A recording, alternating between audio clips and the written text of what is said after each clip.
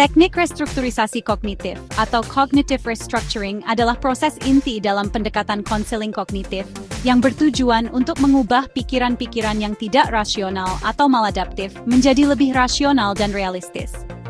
Teknik ini tidak hanya berfokus pada mengidentifikasi pikiran negatif, tetapi juga secara aktif mengganti pikiran-pikiran tersebut dengan cara berpikir yang lebih sehat dan adaptif. Restrukturisasi kognitif melibatkan beberapa langkah yang saling terkait dan membutuhkan partisipasi aktif dari klien. Identifikasi pikiran otomatis. Langkah awal dalam restrukturisasi kognitif adalah mengidentifikasi pikiran-pikiran otomatis yang muncul dalam benak klien saat menghadapi situasi sulit. Pikiran-pikiran ini seringkali negatif, tidak rasional, atau tidak membantu. Klien diajak untuk mengenali dan mencatat pikiran-pikiran ini agar dapat dianalisis lebih lanjut. Konselor membantu klien untuk menyadari pola pikir yang muncul secara spontan dan memahami bagaimana pikiran-pikiran tersebut memengaruhi emosi dan perilaku mereka. Menilai dan mempertanyakan validitas pikiran. Setelah pikiran otomatis teridentifikasi, konselor membantu klien untuk mempertanyakan kebenaran atau validitas pikiran tersebut. Klien diajak untuk mencari bukti-bukti yang mendukung atau membantah pikiran tersebut. Konselor membantu klien melihat apakah pikiran tersebut membantu atau malah menghambat mereka. Ini melibatkan pemeriksaan apakah pikiran tersebut berdasarkan fakta atau hanya interpretasi subjektif. Mengembangkan pikiran alternatif. Jika pikiran otomatis terbukti tidak rasional atau maladaptif, konselor membantu klien untuk mengembangkan pikiran alternatif yang lebih rasional, realistis, dan adaptif. Ini bisa dilakukan dengan berbagai cara, misalnya, mengganti pikiran negatif dengan pikiran yang lebih positif, melihat situasi dari sudut pandang yang berbeda, mengembangkan pikiran yang lebih fleksibel dan tidak kaku, serta mempertimbangkan bukti yang mendukung pikiran alternatif. Latihan dan implementasi. Setelah mengembangkan pikiran alternatif, klien berlatih untuk menerapkan cara berpikir baru ini dalam situasi nyata.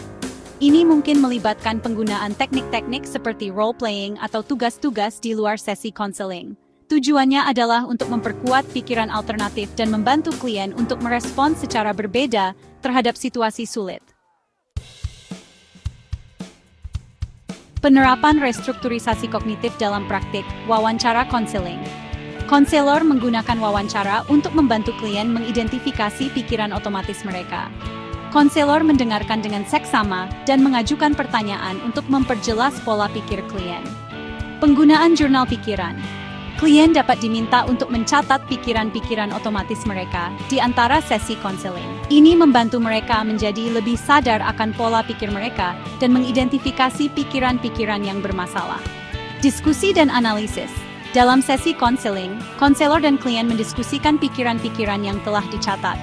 Mereka menganalisis pikiran-pikiran tersebut untuk menentukan apakah pikiran tersebut rasional dan membantu, atau tidak rasional dan maladaptif.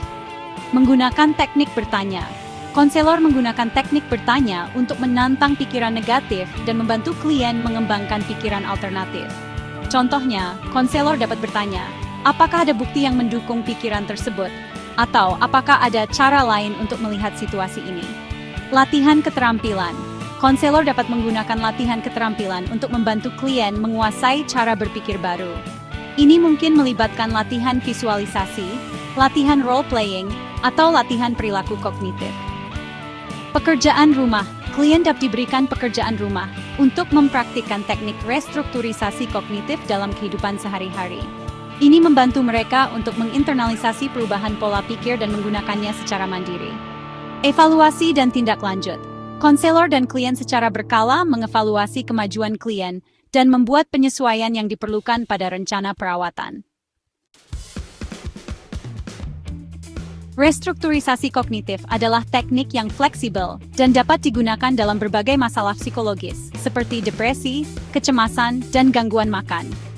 Melalui proses restrukturisasi kognitif, klien tidak hanya belajar untuk mengelola pikiran negatif mereka, tetapi juga mengembangkan kemampuan untuk berpikir secara lebih rasional dan adaptif, sehingga meningkatkan kualitas hidup mereka secara keseluruhan.